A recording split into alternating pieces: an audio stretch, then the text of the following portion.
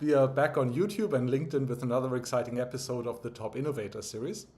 This is where we dive into proven leadership ideas and, of course, we hear from the brilliant minds behind them. With us today, my name is Joseph Martins. I'm your host, and with us today is Ravi Ganti. Ravi is the CTO of Quantum Information System Solutions, an IT service and consulting company. And today, we're thrilled to have Ravi with us. Ravi, it's great to have you here in the conversation. Joseph, thank you so much for having me. It's a pleasure to be here. Awesome. So, Ravi, we'll talk about leadership, and you clearly have a very successful journey already. When you reflect on your own journey, when you reflect on where you are and how you got there, what are some of the reasons that got you to where you are today? What do you think are the ingredients for the success that you've had? Oh, the ingredients are many. It's interesting. It's a little of everything. But I think that my journey has been. I started my career as a manufacturing engineer with a lot of interest in software. So I started as a developer first, and then I became a senior developer, and then as a project manager, technical lead. So I kind of climbed all the steps to get to where I got to. So even being the CTO now, when I look back and I talk to my guys, I clearly understand what got me here, all the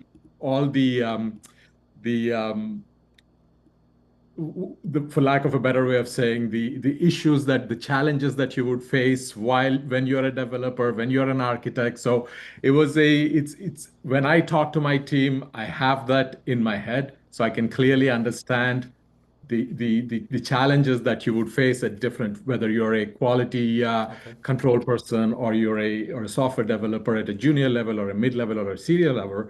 I totally understand the challenges you will typically face, I guess. So that kind of helps me communicate better with my team, understand their problems rather than just kind of making something look simpler than it is or more complex than it should be, etc. So Yeah. that's kind of been how I've been working with my team over the past few years.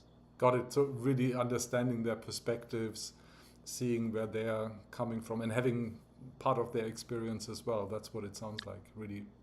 Exactly. And I think one of the key things that I've always thought is that, when we have clarity of what we are doing, when we understand, if you take a complex problem, but you're able to simplify what it should be or what it is, then we are better at working on solving that issue or that complex problem, if you will. So what I do is, I think based on my experience over the years, I always try to work with all the different engineers and try to take any complex subject that comes in front of us and try to simplify, break it down into simpler issues or challenges, I guess, and then address each one of them so we can build together. So I think that's one key thing I think is helping me and our team quite a bit, I guess.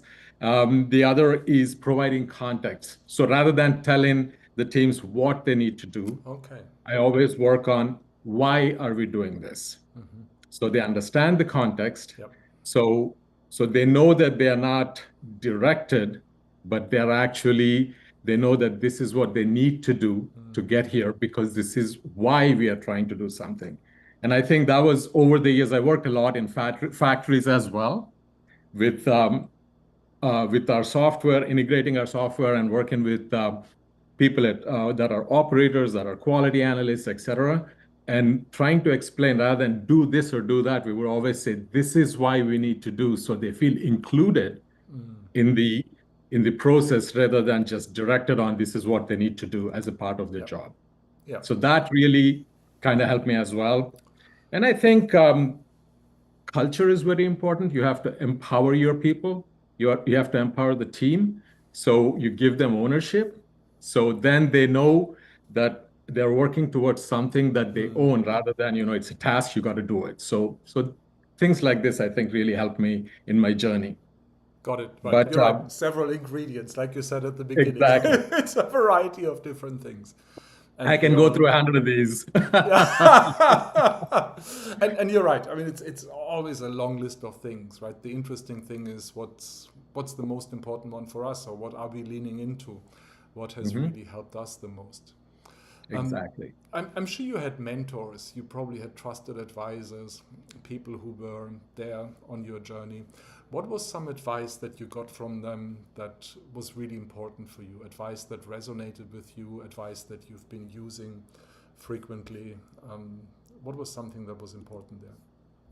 I had a few mentors Mm-hmm. throughout my career. I think very in the very early times when I started with Quantum, the owner of Quantum, I kind of looked at how he was trying to run the business, how he would read the room, and I think I it was almost by osmosis sitting with him and Yep. looking at how he, and then he became my mentor for the longest time, and he was able to guide me on, reading the room, working with people, on focusing more on what the customer wants and trying to come up with a product-based approach. So the whole idea on what Quantum, our company, is also based is, we provide services, but we are a product-based company.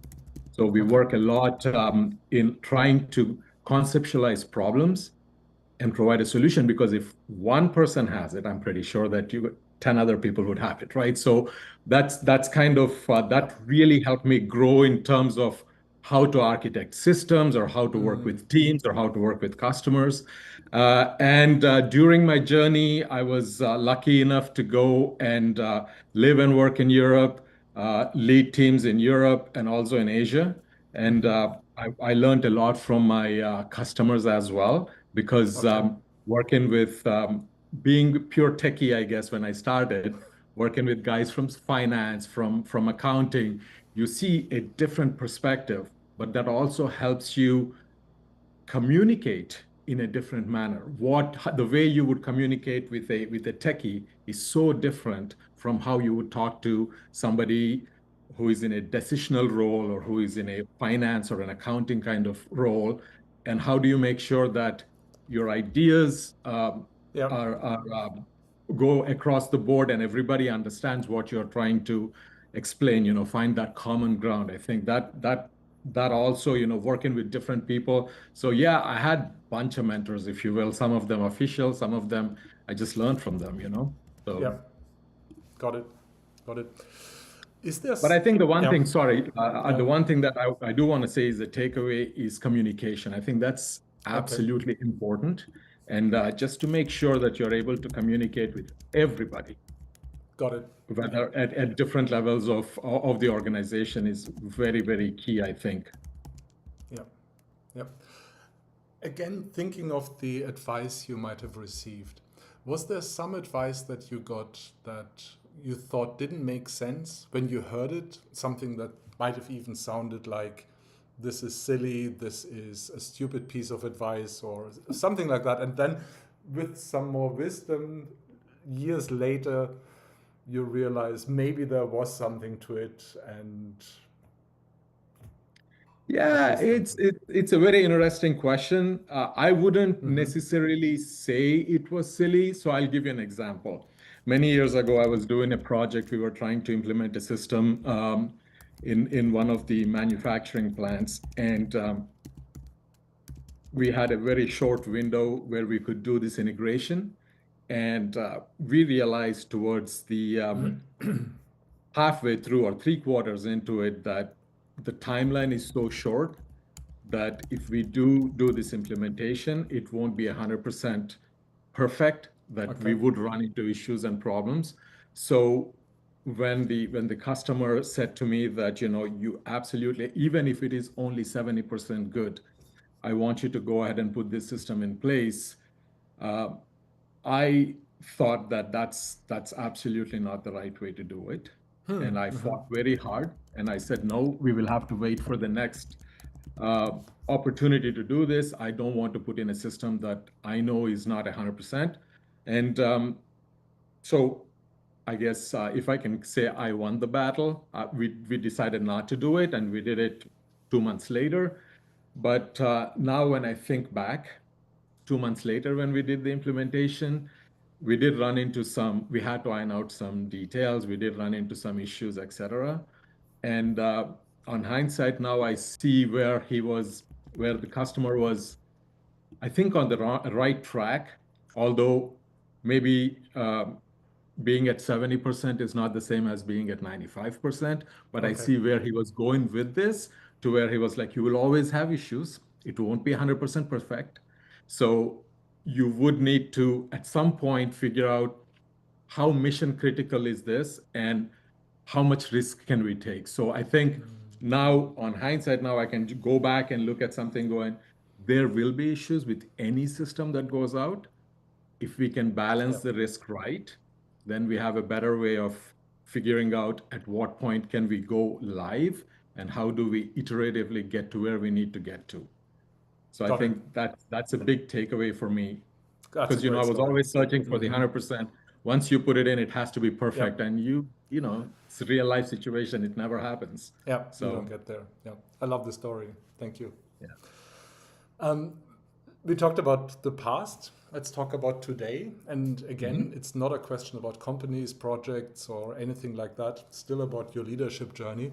When you look Mhm. at where you are today, what's an area that you think need or could use some focus? An area where you feel you can grow. It's an area where you can feel there is more to be gotten there. So I think I can take this as an example with some with AI now. Now that Okay. AI is here, everybody is it's going at such a lightning speed right now that people are trying to catch up, and we are all working on getting new products with AI.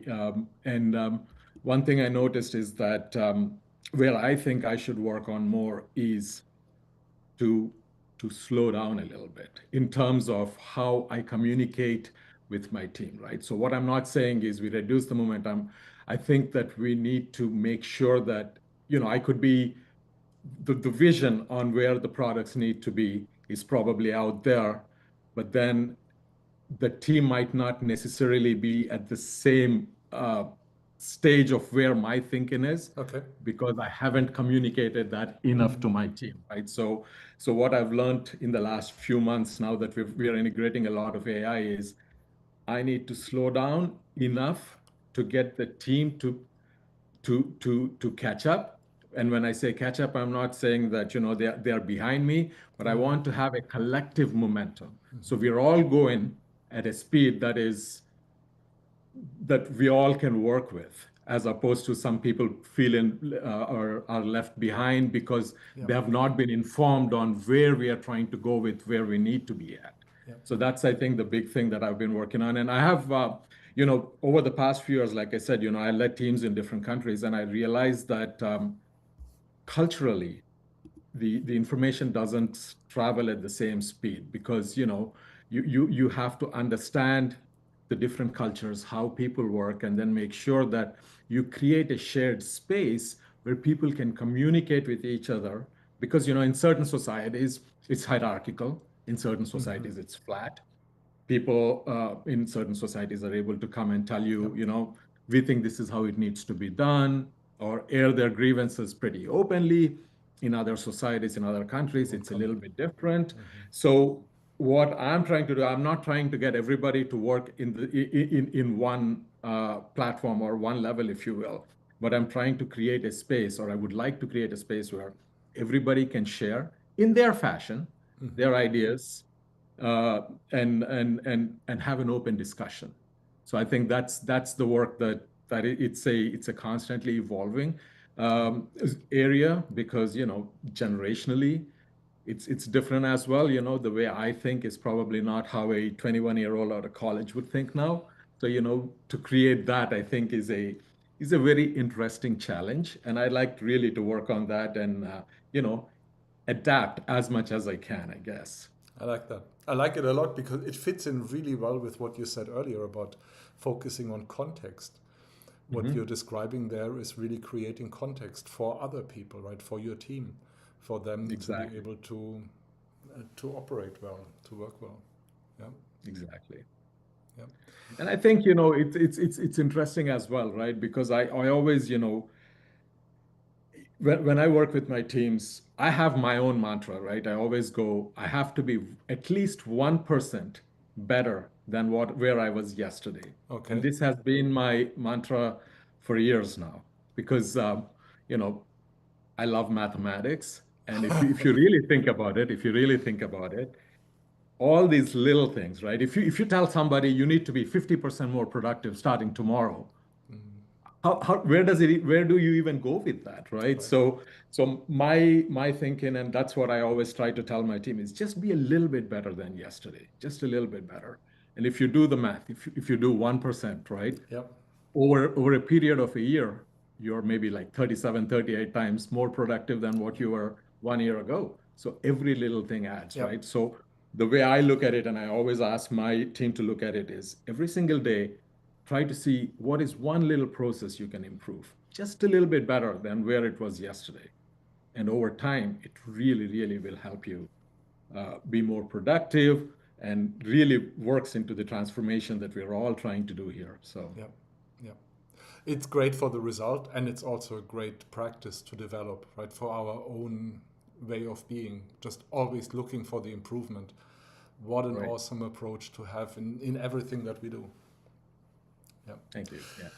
Now let's peek into the future, Ravi, and let's imagine that we were to have this conversation again in 3 years, 5 years, something like that. And let's speculate. I Okay. know it's not perfect, but let's just go wild and speculate. Mhm. What do you think will be different about leadership at that point? What will be different about the way we lead?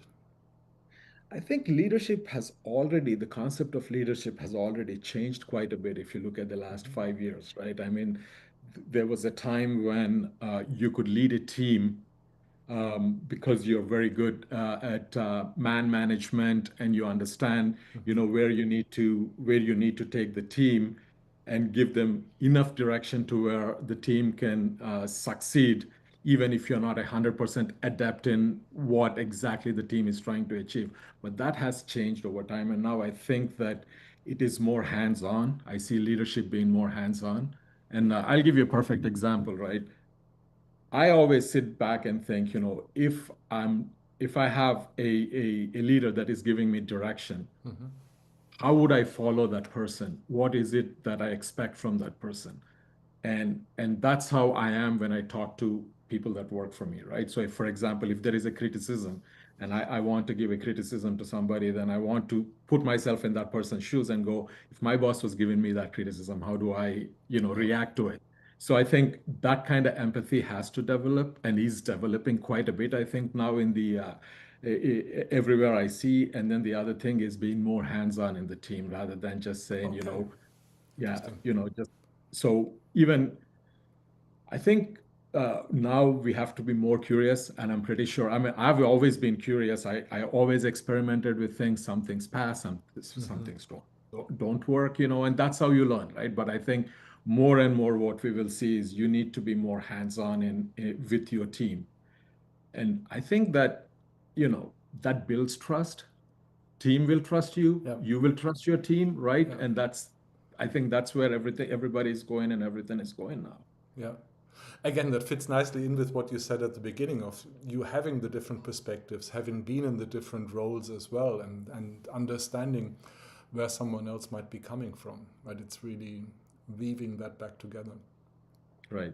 And I Um, think, look, in all honesty, as a leader, I think it's very important for us to recognize that the teams that we work with are very smart people, mhm. right? And we need to empower them, make sure that, I always take it back to if you're if to soccer, for example, right? If you're a striker, as a coach, you would put the striker in a point where he can score a goal or Okay. she can score a goal.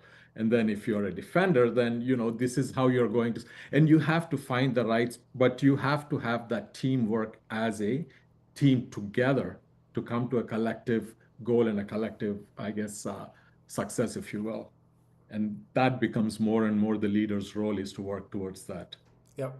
Yep. Got it. Let me ask you one last question, Ravi, and then we'll wrap up the conversation. If you had a magic wand and you Mhm. could change one thing about how tech leaders typically lead others, what would that be? And I know we are wildly generalizing now, but what the heck? Let's just do it. What's one Okay. What's one thing that you would change about tech leadership? I think I don't know that I'm qualified to make such a statement about tech leadership, but I think that I can say what I would change, and I think that I would spend more time trying to explain the why Okay. to my team Yep. and really give them a lot more context. And so, if you tell them what the why is, and if you provide the right constraints, then I think the team can really achieve a lot of success. And I think that's where I wish I'd known this 20 years ago. Then, we would have been at a different, I guess, space, I Wow. guess. But Wow. Okay. it's never too late, right? So this is what I'm focusing on more and more. And I think I really, really, really think that if we work very hard to making sure that everybody understands the overall picture of where we need to be, I think that really helps any team, whether it's in tech or in any other area. It's always the why is very important, I think. Got it. And that's what I would do if I had to change it 15 Yeah. years ago. Yeah. Got it. Ravi, thank you so much. So this really clear focus on context, that will stick with me. I think that's a key thing to leadership, and thank you for bringing that focus to the conversation. Thank you, Joseph. I really appreciate it. Thank you for your time as well. To everyone else out there, make sure to like, subscribe, and join us again for our next podcast. And most importantly, make sure to keep your brain cells active.